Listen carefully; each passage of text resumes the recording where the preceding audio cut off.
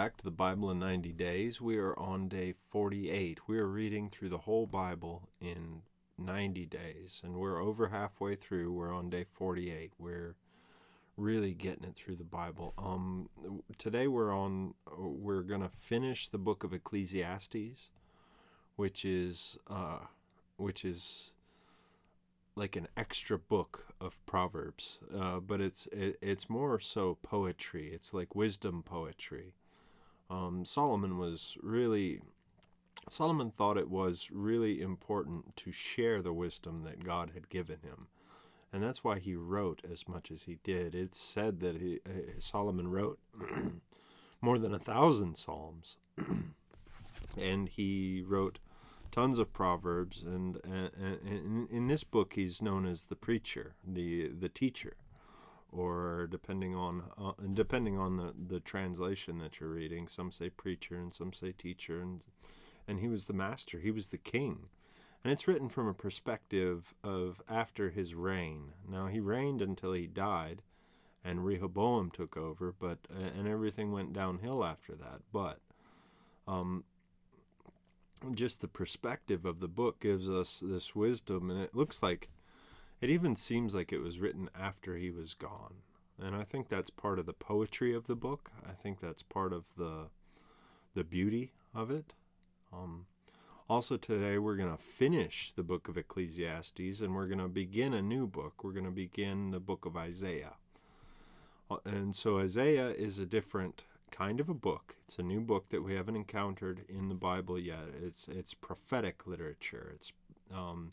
It's thought to be written by Isaiah, but there are some clues in it that give you that it was either edited some or however. You know how most of the of course Moses wrote some of his books, but there were the end and there was stuff in Deuteronomy that was written after he died. So I mean, if I was writing my autobiography, I couldn't write my death in it. You know what I mean? I mean, unless I knew exactly how I was going to die, and then I finished writing and then went and did it.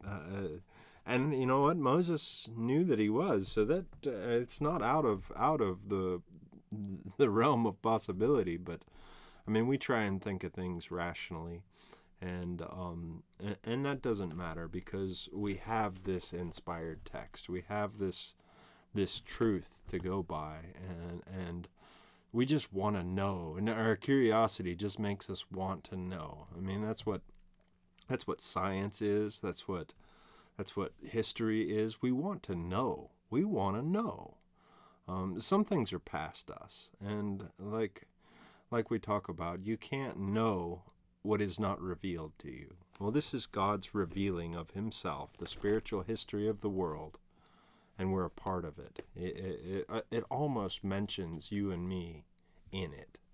And if you're a believer, then you are mentioned in it, and you can rest in this word. It's so good. Oh, I really want to jump into the word today. So let's get started. We're in Ecclesiastes chapter 6.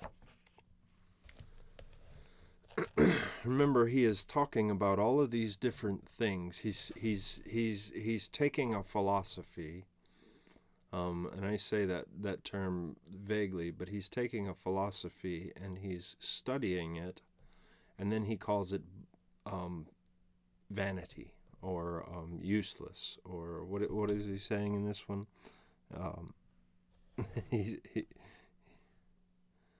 Meaningless, yes. In different translations, I love the King James, how it says vanity, vanity, all is vanity. I think that works better for the poetry. One translation, maybe ESV, says meaningless, meaningless, all is meaningless. And this is what we're in this one we're getting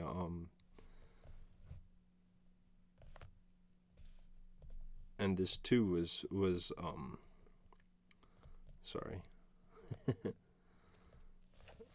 was meaningless, useless. All of these things, he's studying all the things that he went into in his life, and found the love and the joy in it, and then it comes down to it. It's really kind of a sad book because we're ultimately looking at what is good and what is good. And this is, he's exploring what is good and what is right and all of these different aspects of what we know in life.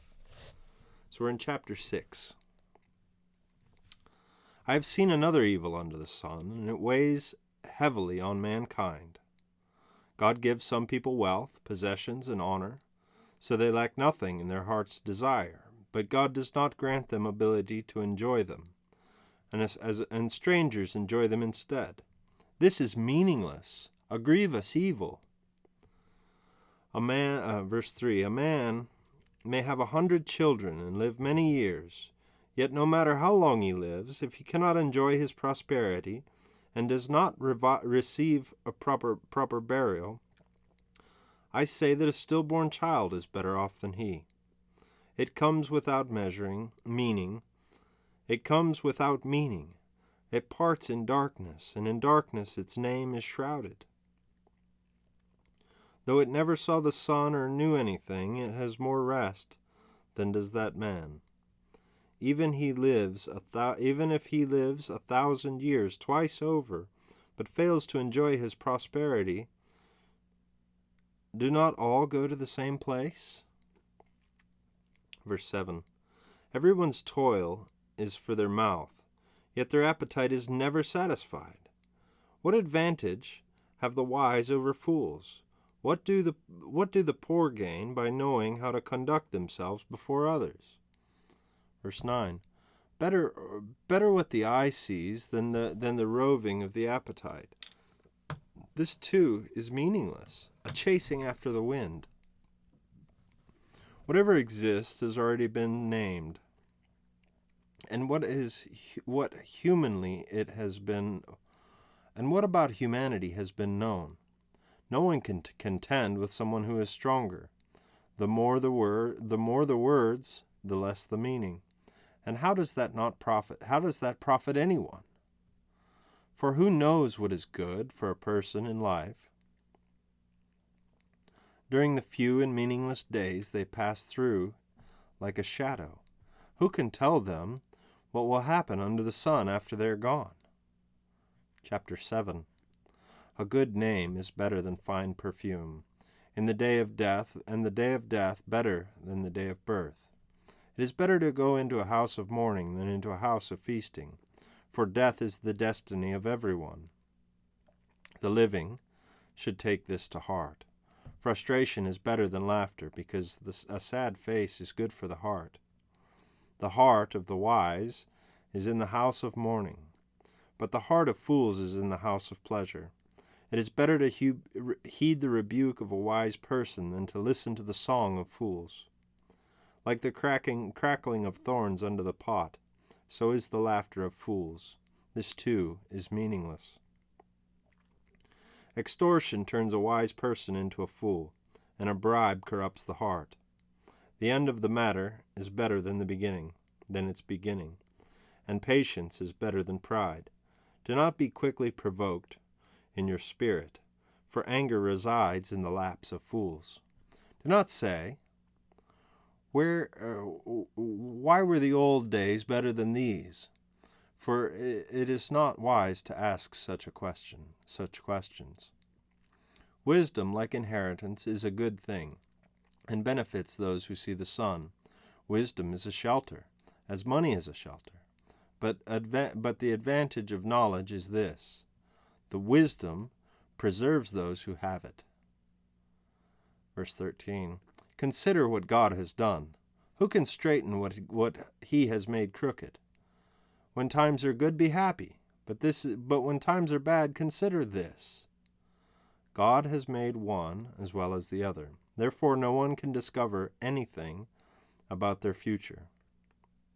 It is in this meaningless life of mine I have seen both of these: the righteous perishing in their righteousness, and the wicked living long in their wickedness. Do not be over-righteous, neither be over-wise. Why destroy yourself? Do not be over-wicked. Do not be a fool. Why die before your time? It is good to grasp the one and not let go of the other, Whoever fears God will avoid all extremes. Wisdom makes one wise person more powerful than 10 rulers in a city. Indeed, there is no one on earth who is righteous, no one who does what is right and never sins. Do not pay attention to every word people say, or you may lose your servant crushing. You may hear your servant cursing you. 22. For you know what is in the midst, what is in your heart. Many times you yourself have cursed others. All this I test by wisdom. All this I tested by wisdom, and I said, I am determined to be wise, but this was beyond me. Whatever exists is far off and most profound. Who can discover it?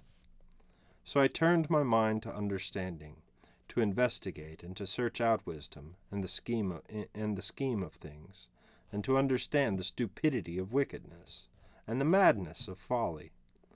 I find more bitter than death the woman who is a snare, whose heart is a trap, and whose hands are chains. The man who pleases God will escape her, but the sinner she will ensnare. Verse 27. Look, says the teacher, this is what I have discovered, adding one thing to another to discover the scheme of things. While I was still searching, but not finding, I found one upright man among 1,000, but not one upright woman among them all. This only I have found.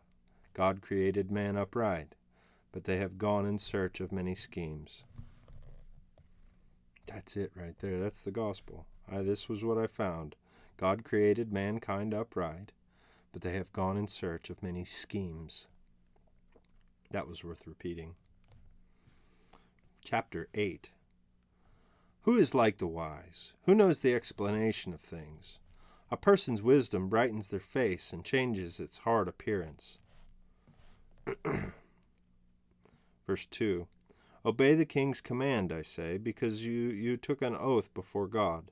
Do not be in a hurry to leave the king's presence. Do not stand up for a bad cause, for he will do whatever he pleases. Since a king's word is supreme, who can say to him, what are you doing? Verse 5. Whoever obeys his command will come to no harm.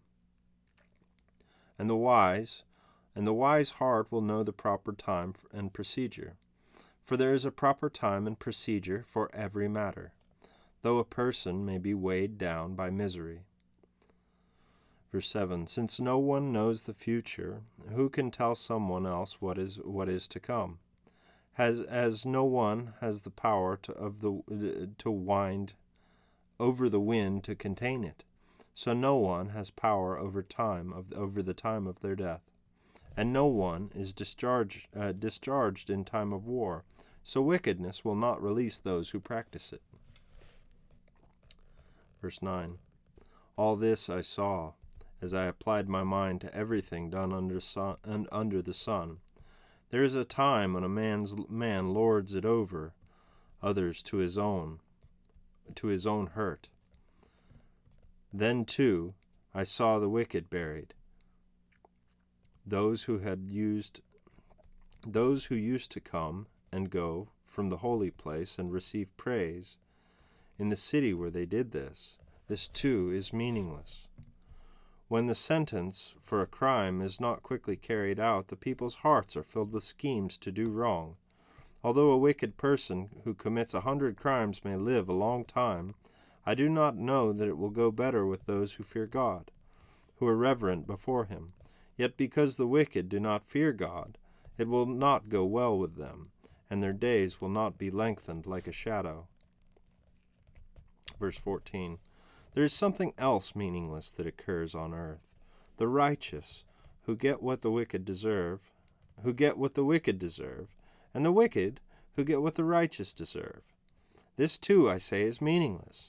So I commend the enjoyment of my life, because there is nothing better for a person under the sun than to eat and drink and be glad. Then joy will accompany them in all their toil, all the days of the life God has given them under the sun. Verse 16. When I applied my mind to know wisdom, and to observe the labor that is done on earth, people getting no sleep day or night, and then I saw that all that God has done. No one can comprehend what goes on under the sun. Despite all their efforts to search it out, no one can discover its meaning. Even the wise claim they know, and they cannot really comprehend it. That's still true today, you know. We understand a few things, but we don't know a lot of things. Most things. Chapter 9. So I reflected on all this, and concluded that the righteous and the wise, and what they do are in God's hands, but no one knows whether love or hate awaits them.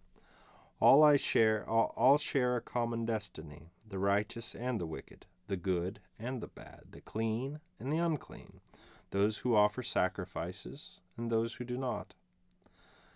As it is with the good, so with the sinful. As it is to those who take oaths, so with those who are afraid to take them. 3. This is the evil in everything that happens under the sun. The same destiny overtakes all. The hearts of people, moreover, are full of evil, and there is madness in their hearts while they live, and afterward they join the dead. Anyone who is among the living has hope. Even a live dog is better off than a dead lion. Verse 5. For the living know that they will die, but the dead know nothing. They have no further reward. Even their name is forgotten. Their love, their hate, and their jealousy have long since vanished. Never again will they have a part in anything that happens under the sun. Verse 7. Go eat your food with gladness, and drink your wine with a joyful heart, for God has already approved what you do. Always be clothed in white, and always anoint your head with oil. Enjoy life with your wife, whom you love, and all the days of this meaningless life which God has given you under the sun, and all your meaningless days. For this is your lot in life, and your toilsome labor under the sun. Whatever your hand finds to do, do it with all your might. For in the realm of the dead, where you are going, there is neither working, nor planning, nor knowledge, nor wisdom. Verse 11. I have seen something else under the sun. The race is not to the swift, or battle to the strong, nor does food come to the wise, or wealth to the brilliant, or favor to the learned, but time and chance happen to them all. Moreover, no one knows when their hour will come. Fish are caught in a cruel net, or birds taken in a snare, so people are trapped by evil times that fall unexpectedly on them. Don't we know that? Verse 13. I also saw under the sun this example of wisdom that greatly impressed me. There was once a small city with only a few people in it, and a powerful king came against it, and surrounded it, and built huge siege works against it. Now there lived in that city a man poor but wise. He saved the city by his wisdom. But nobody remembered that poor man. So I said, wisdom is better than strength. But the poor man's wisdom is despised, and his words are no longer heeded. Verse 17. The quiet words of the wise are more to be heeded than the shouts of all the rulers than a ruler of fools. Wisdom is better than weapons of war, but one sinner destroys much good. Chapter 10. As dead flies give perfume a bad smell, so a little folly outweighs wisdom and honor. The heart of the wise inclines to the right, but the heart of the fool to the left. Even as fools walk along the road, they lack sense, and they show everyone how stupid they are. If a ruler's anger rises against you, do not leave your post. Calmness can lay great offenses to rest. Verse 5. There is an evil under the sun. There is an evil I have seen under the sun, the sort of error that arises from a ruler. Fools are put in many high positions, while the rich occupy low ones. I have seen slaves on horseback, while princes go on foot like slaves. Whoever digs a pit may fall into it. Whoever breaks through a wall may be bitten by a snake. Verse 9, whoever quarries stones may be injured by them. Whoever splits logs may be endangered by them. If the axe is dull, its edge is unsharpened, more strength is needed, but skill will bring success. If a snake bites before it's charmed, the charmer receives no fee. The words from the mouth of the wise are gracious, but fools are consumed by their own lips. At the beginning of their words are folly, and at the end of them are wicked madness. They are wicked madness, and fools multiply words. No one knows what is coming. Who can tell someone else what will happen after them? The toil of fools wearies them. They do not know the way to town. Woe to the land whose king was a servant, and whose princes feast in the morning. Blessed is the land whose king is of noble birth, and whose princes eat at a proper time, for strength and not for drunkenness.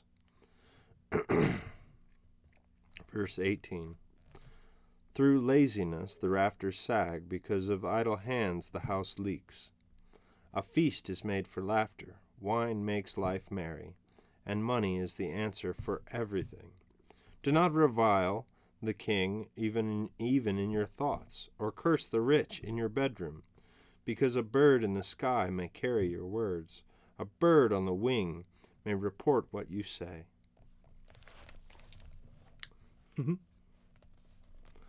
Chapter 11. Ship your grain across the sea. After many days you may receive a return. Invest in 7 ventures, yes, in 8. You do not know that what disaster may come upon the land. If clouds are full of water, they pour rain on the earth. Whether a tree falls in the south to the south or the north, in the place it falls, there it will lie. Whoever watches the wind will not plant. Whoever looks at the clouds will not reap.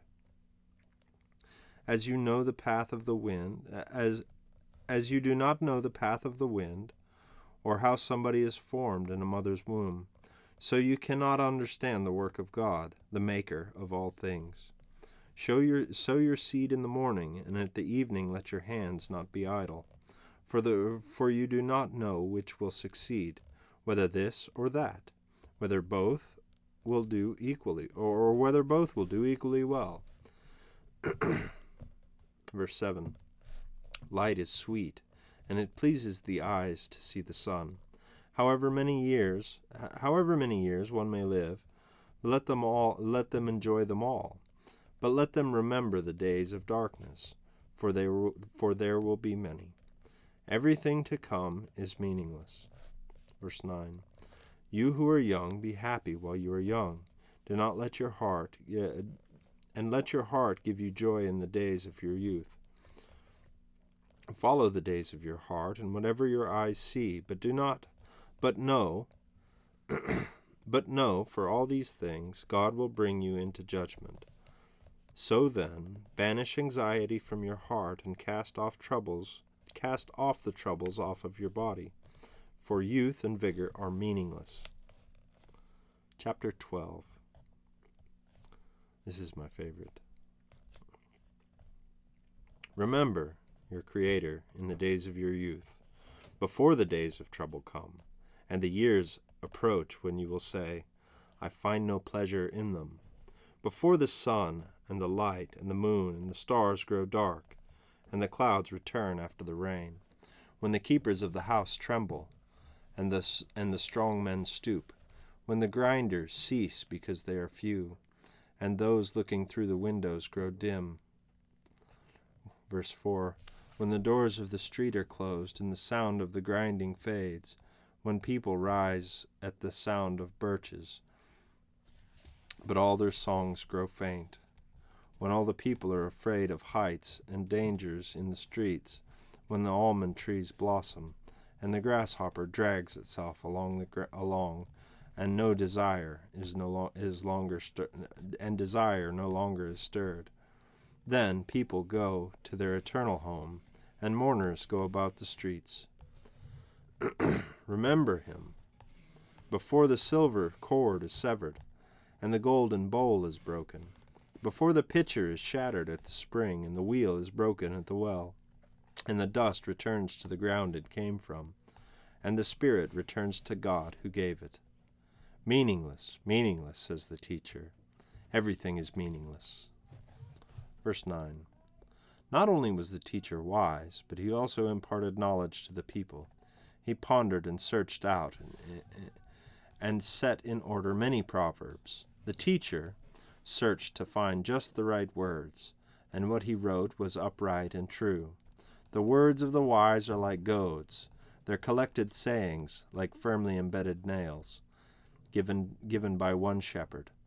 Be warned, my son, of anything in addition to them.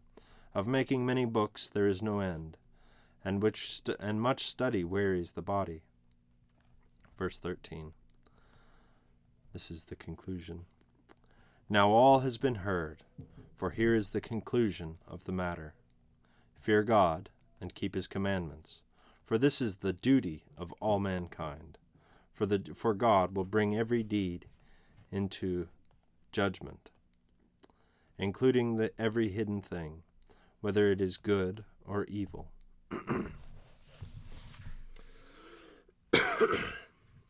Now we have another book. This is the bonus round. We have the Song of Songs, also known as the Song of Solomon. This is love poetry, but it's also wisdom poetry, and it says more than the love poetry that it says. Chapter 1. Solomon's Song of Songs. She says, let him kiss me with the kisses of his mouth, for your love is more delightful than wine. Pleasing is the fragrance of your perfumes. Your name is like perfume poured out. No wonder the young women love you. Take me away with you. Let us hurry. Let the king bring me into his chambers. We rejoice and delight in you. We praise your love more than wine. We will praise your love more than wine. How right they are to adore you. Dark am, yet lovely. Daughters of Jerusalem, dark like the tents of Kedar, like the tent curtains of Solomon. Don't stare at me because I am dark, because I am darkened by the sun.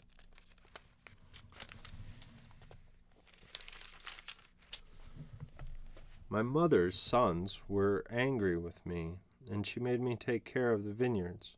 My own vineyard I had to neglect. Tell me, whom I love, where you graze your flock, and where you rest your sheep at midday. Why should I be like a veiled woman beside the flocks of your friends? If you do not know the most beautiful of women, follow the tracks of the sheep and graze your young goats by the tents of the shepherds. I liken you, my darling, to a mare among Pharaoh's chariot horses. Your cheeks are beautiful with earrings, your neck with strings of jewels. We will make you earrings of gold, studded with silver. While the king was at his table, my perfume spread its fragrance.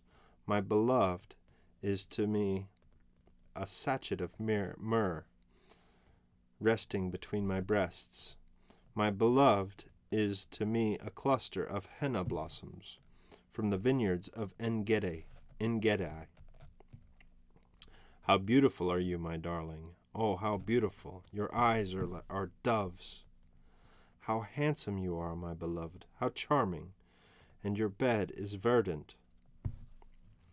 The beams of your house are like cedars, your rafters are firs. Chapter 2.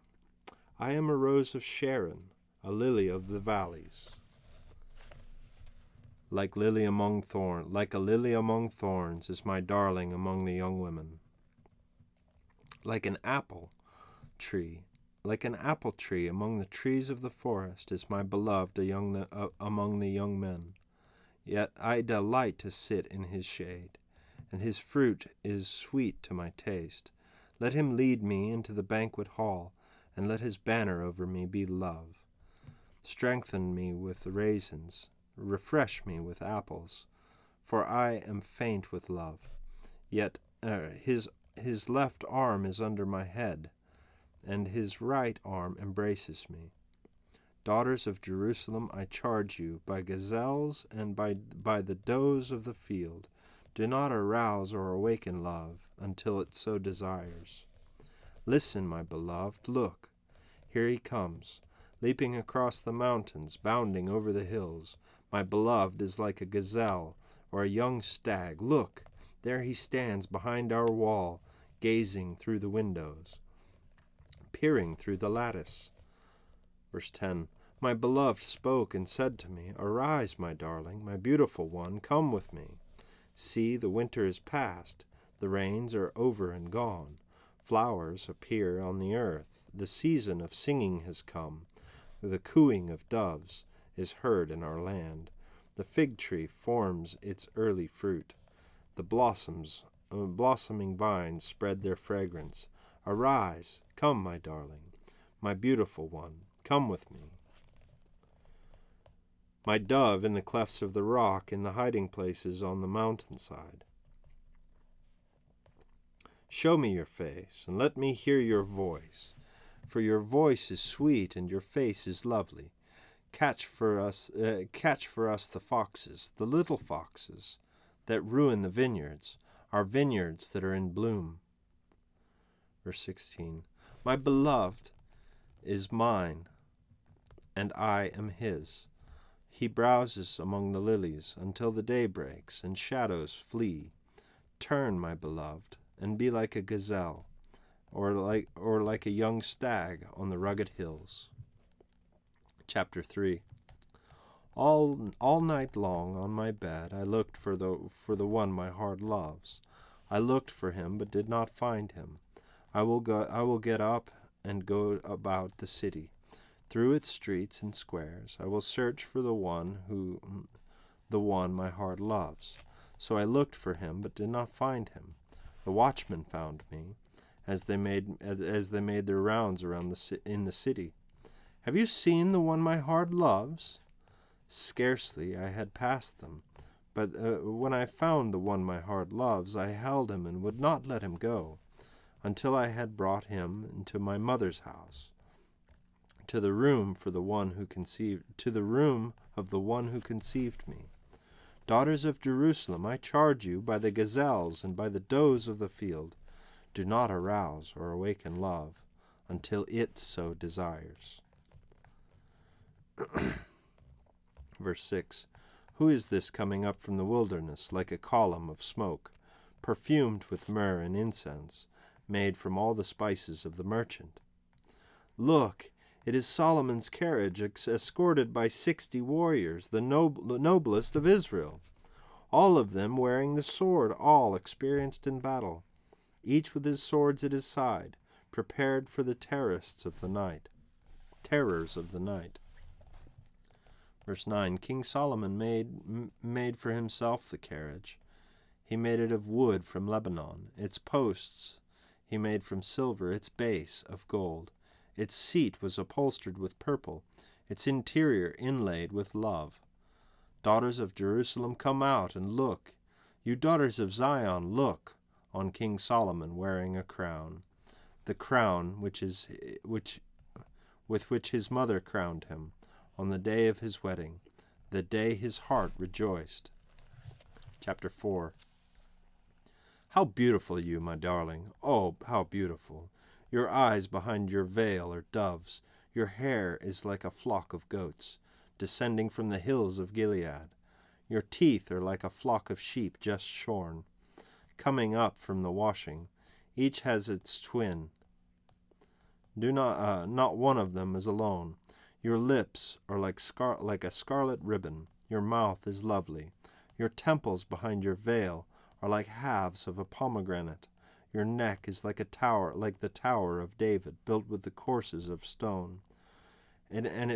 On it hang 1,000 shields, all of them shields of warriors. Your breasts are like two fawns, like twin fawns of a gazelle, that browse among the lilies. Until the day breaks and the shadows flee, I will go to the mountain of myrrh, and to the hill of incense. You are altogether beautiful, my darling. There is no flaw in you. Come with me from Lebanon, my bride.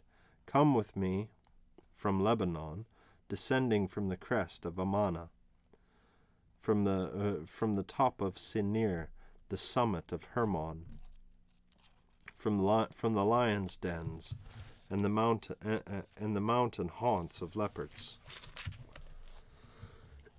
You have stolen my heart, my sister, my bride. You have stolen my heart. With one glance of your eyes, one jewel of your necklace. How delightful is your love, my sister, my bride. How much more pleasing is your love than wine, and the fragrance of your perfume more than any spice. Your lips drop sweetness as the honeycomb,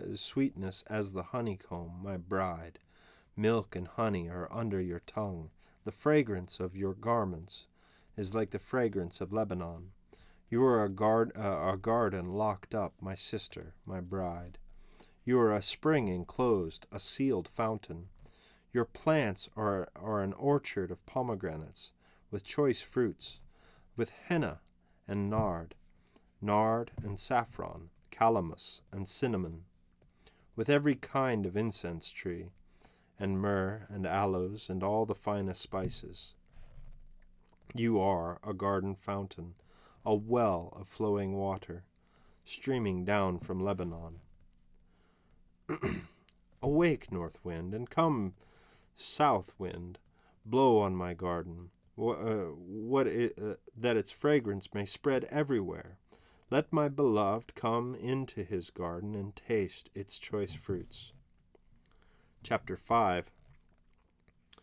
I have come into my garden, my sister, my bride. I have gathered my myrrh with my spice. I have eaten my honeycomb and my honey. I have drunk my wine and my milk. Eat, friends, and drink. Drink your fill of love. I slept, but my heart was awake. Listen, my beloved is knocking. Open to me, my sister, my darling, my dove, my flawless one. My head is drenched with dew, my hair with the dampness of the night. I have taken off my robe. Must I put it on again? I have washed my feet. Must I soil them again? My beloved thrust his hand through the latch opening. My heart began to pound for him.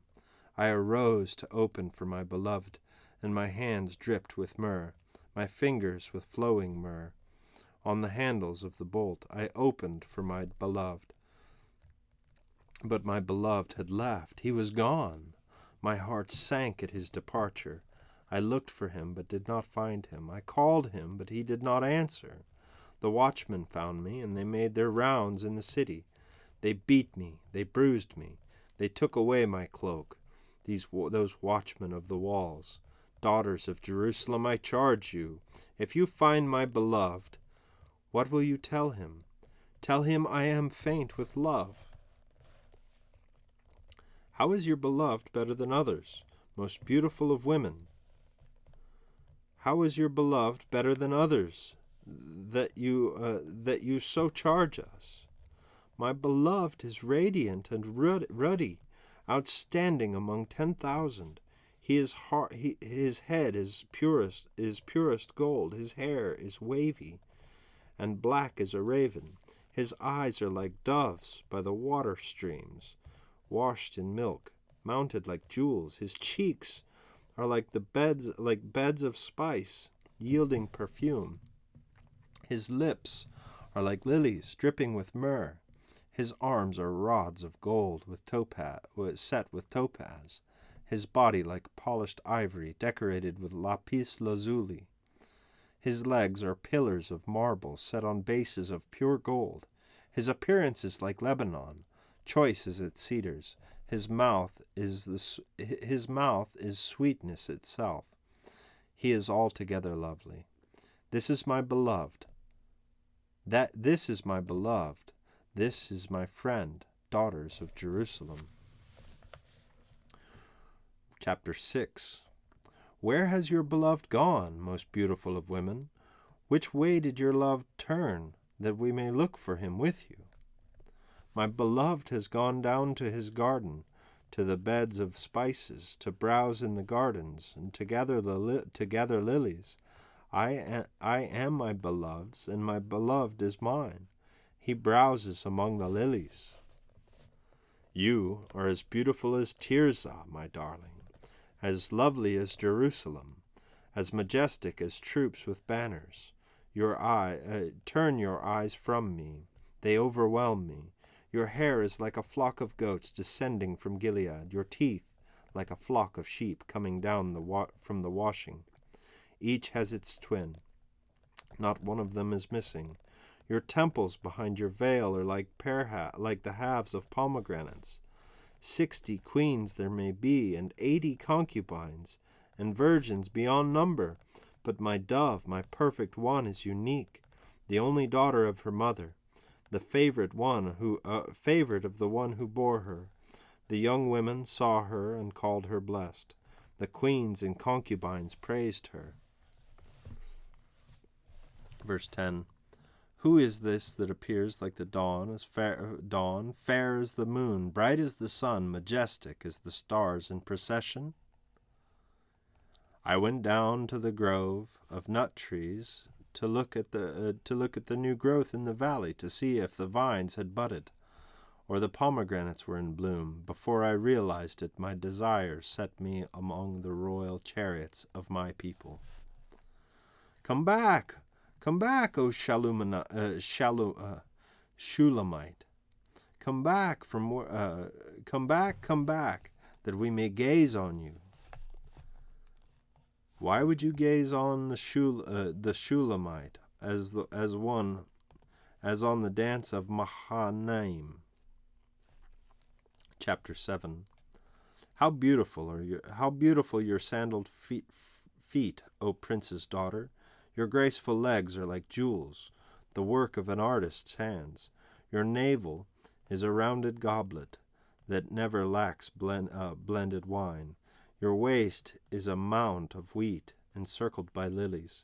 Your breasts are like 2 fawns, like the twin fawns of a gazelle. Your neck is like an ivory tower. Your eyes are the pools of Heshbon, by the gate of Bath Rabbim. Your nose is like the tower of Lebanon looking toward Damascus. Your head crowns you like Mount Carmel. Your hair is like royal tapestry. The king is held captive by its tresses. How beautiful you are, and how pleasing, my love, with your delights. Your stature is like that of a palm, and your breasts like clusters of fruit. I say, I will climb the palm tree and take hold of its fruit. May your breasts be like clusters of grapes on the vine, the fragrance of your breath like apples, your mouth like the best wine. Boy, this would make a sailor blush, wouldn't it? May the wine go straight to my beloved, flowing gently over lips and teeth. I belong to my beloved, and his desire is for me. Come, my beloved, let us go to the countryside. Let us spend the night in the villages. Let us go early to the vineyards to see if the vines have budded, their blossoms have opened, and if the pomegranates are in bloom. There I will give you my love. The mandrakes send out their fragrance, and at the door is every delicacy, both new and old. that I have stored up for you, my beloved. Chapter 8. If only you were like a brother who is nursed at my mother's breasts, then, if I found you outside, I would kiss you, and no one would despise me. I would lead you and bring you to my mother's house, she who has taught me. I would give you spiced wine to drink, the nectar of my pomegranates. His left arm is under my head, and his right arm embraces me.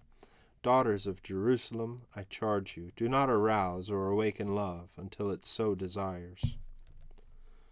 Who is this coming up from the wilderness, leaning on your beloved? Under the apple tree I aroused you. There your mother conceived you. There she who is in labor gave you birth. Place me like a seal over your heart, like a seal on your arm. For love is as strong as death, its jealousy unyielding as the grave. It burns like blazing fire, like a mighty flame. Verse 7. Many waters cannot quench love. Rivers cannot sweep it away. If one were to give all the wealth of one's house for love, it would be utterly scorned. We have a little sister, and her breasts are not yet grown. What should we do for our sister on the day she is spoken for? If she is a wall, we will build towers of silver on her. If she is a door, we will enclose her with panels of cedar. I am a wall, my breasts are like towers. Thus I have become in his eyes, like one bringing contentment. Solomon had a vineyard in Baal-Hamon. He let out his vineyard to tenants. He let out his vineyard to tenants. Each was to bring for its fruit 1,000 shekels of silver. But my own vineyard is mine to give. The 1,000 shekels are for you, Solomon, and 200 for those who tend its fruit. You who dwell in the gardens with your friends in attendance, let me hear your voice. Come away, my beloved, and be like a gazelle, or like a young stag, and the spice on the spice-laden mountains. Well, that's it for the Song of Solomon. We got that one. That was it's just a short little, it's 8 chapters, but it's pretty heavy. And like I said, it was tough for me to, I couldn't make eye contact with you while I was reading it. I hope you enjoyed it. It is a love story. It directly, it's a love story, but I think that it's more honestly about how much God loves Jerusalem, and the pain that it was for. I want you want to see the love. He wanted them to see the relationship between God and his people. And I think that's what it's really about. I would have to study it more. It's not a book that we often study because it's often, it's pretty deep. I'll just leave it at that. But it's not, while it is a love story, it's really about God and his people. And the bride of Christ is his church, and in the Old Testament, the bride of Christ was his chosen people, and it shows how much God had chosen those people. And when we get into Ezekiel, some of that, at about Ezekiel 16, some of that comes out. Some of this pain comes out. Well, let's jump into the book of Isaiah. This book is peculiar. It's going to take us the rest of the week to get through. I think it's like 5, maybe 6 days that we're reading in Isaiah. Like I said, Isaiah is extremely big. It says here in the first, let me read the first verse, and then I want to talk about it for a second. The vision concerning Judah and Jerusalem that Isaiah, son of Amoz, saw during the reigns of Uzziah, Jotham, Ahaz, and Hezekiah, kings of Judah. So that gives us a range of where we can find in chronology where to read in the Kings. So if you go to Kings or Chronicles and find those areas, and it's around Second Kings 16 to 20, I think. I'm just kind of making a graduated guess there. But that's the context of where Isaiah lived and writes from. Okay? And I want to do this with the prophets because I don't want you to just... The prophets are confusing. Okay? I'm just being honest with you. You don't know... And I was explaining to someone the other day, a guy in Sunday school yesterday was asking, the Old Testament from here on is pretty confusing because you don't, especially when we get to the minor prophets, there are 12 of them. There are 12 short books of prophets, and the major prophets, Isaiah, Jeremiah, and Ezekiel. Those are the majors. There are 3 major prophets and 12 minor prophets. Now, major and minor doesn't mean more like better. Like Isaiah, Jeremiah, and Ezekiel are not better prophets than Amos and Haggai and those guys, but they wrote more. Their books are more because they're a lot bigger. Okay, so we've got the 3 major prophets, and their books take up a lot more space in the Bible than all of the 12 minor prophets. So it's extremely interesting. And that's why I say that the minor prophets are more confusing to get through, because their times, well, like Isaiah is in 1st and 2nd Kings, their times are like shuffled into the deck of the Bible. Okay, so when they put the Bible together, they organize them by type rather than by time. So when we look at a prophet, we need to kind of gauge where he was, so that we're reading it in the right context. I don't want to say too much about that because I don't want to confuse you. I will introduce the prophets where they stand. Okay, so we're looking kind of King Uzziah, Jotham, Ahaz, bad kings of Judah, and then Hezekiah. Hezekiah comes to Isaiah, and we're going to read about that in here. There's a narrative part in here.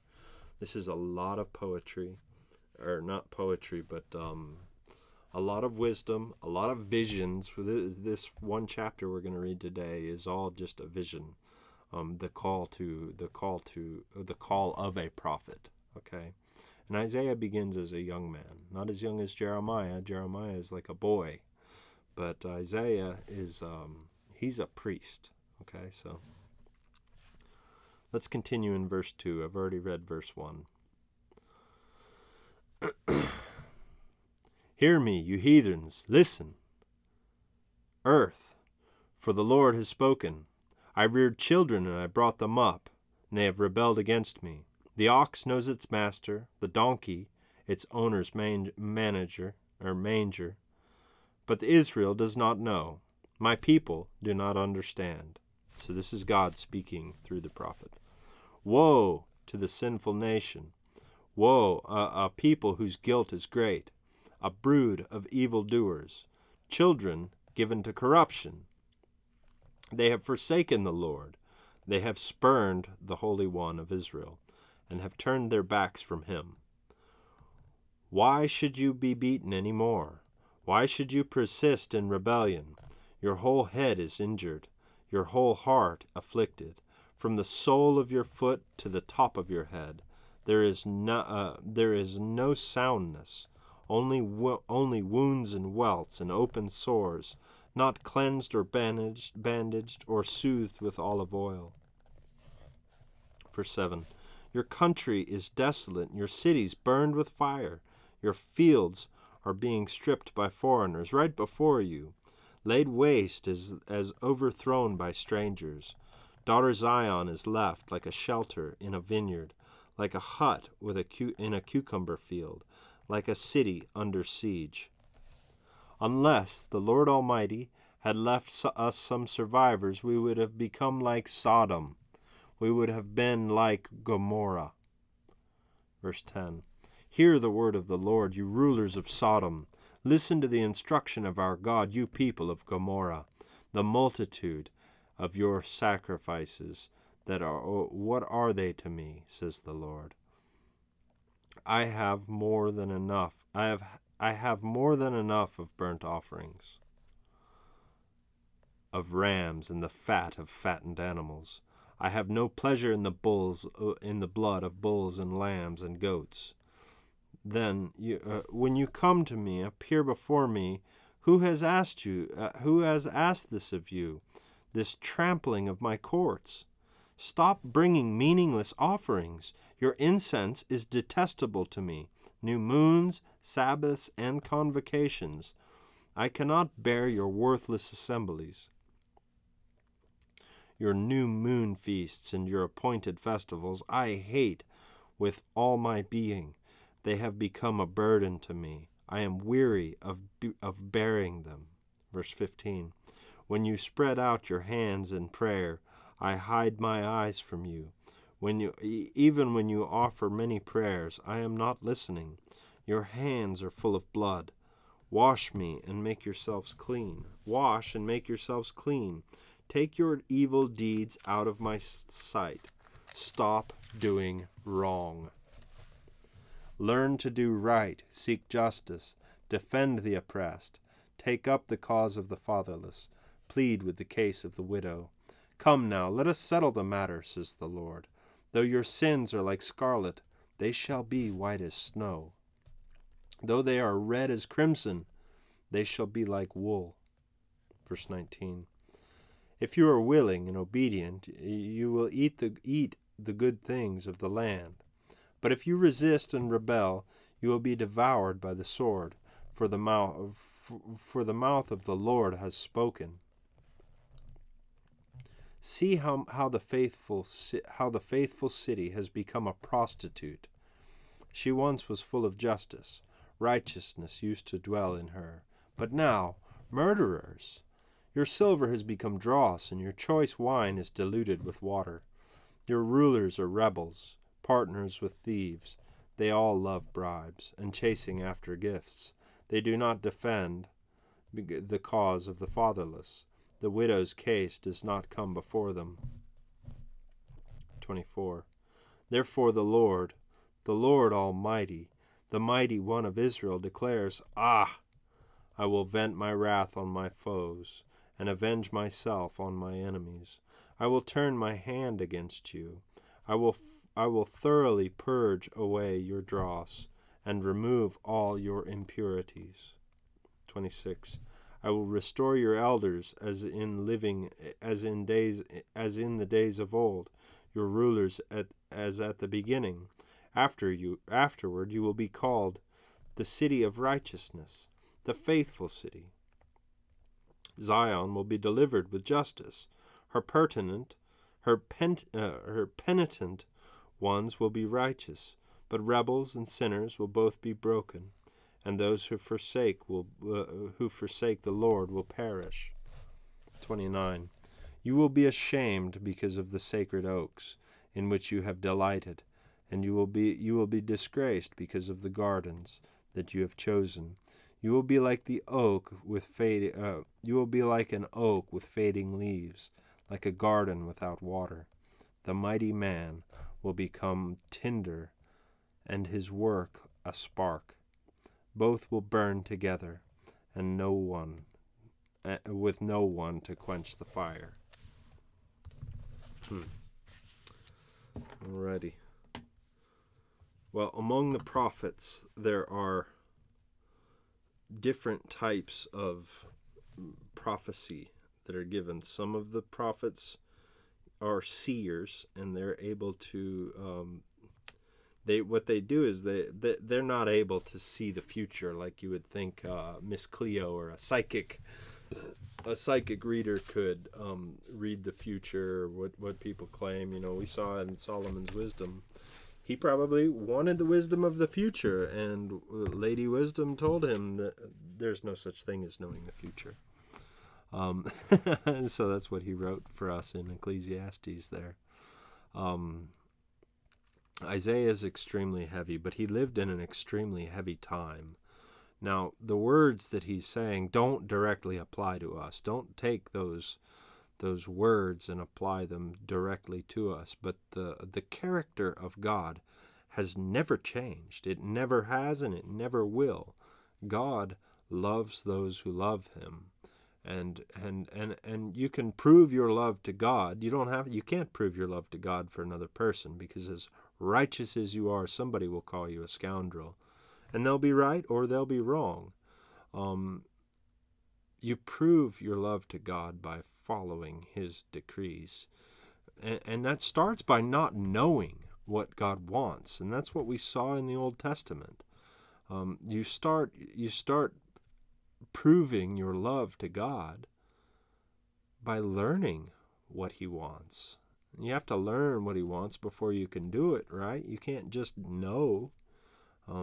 It's kind of written in our hearts, but our hearts are dull and unpolished and stupid.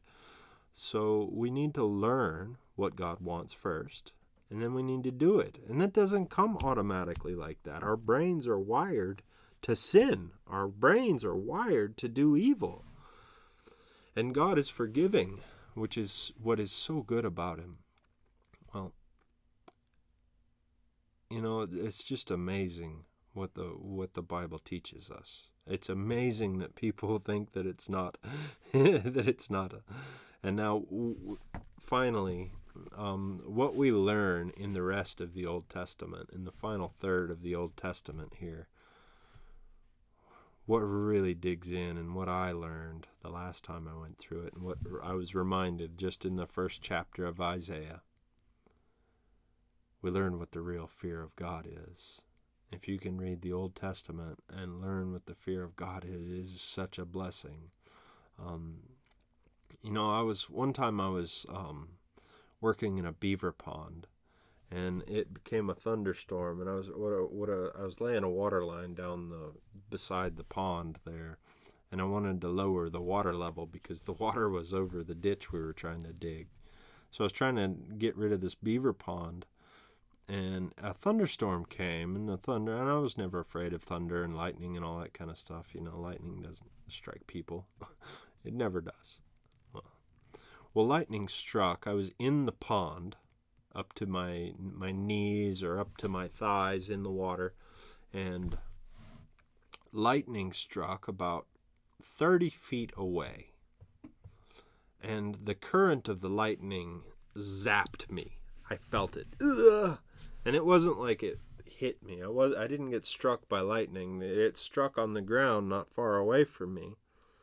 Like as far as I could just toss a pebble or something. That's about how far away it fell. And it was loud, and it was scary, and it hurt. It zapped me. So I got out of the pond. And then, I'm going to tell you how stupid I am. I looked around and nobody was there. And I thought about this, and I remember thinking this. Oh, that was scary. But you know what? Lightning doesn't strike the same place twice. I'll probably be okay if I keep working. So I went and got back in the pond. And then as soon as I heard thunder again, I got out of the pond and I went and sat in my truck. I'm not joking you. And that's I say that, I tell you that story not to tell you how stupid I am, but I am stupid, or was stupid, I am stupid, but to explain this fear, what fear is. And that was one of the times that I experienced fear. I was actually afraid that lightning would strike me again, or would strike near enough to zap me again. I didn't want that. I didn't want to be shocked by lightning again. I wanted to be safe. And that's what fear is. Fear is not wanting to be hurt. It's wanting to be safe. It's wanting to be loved. It's wanting the respect of one that you revere, one that you respect. It's a mutual thing. It's love. Fear is love if it's pointed right. I loved myself, so I wanted to not die. I want lightning probably didn't strike in the same place again, and I probably would have been okay if I stayed in the pond a little while longer and moved the beaver's dam away.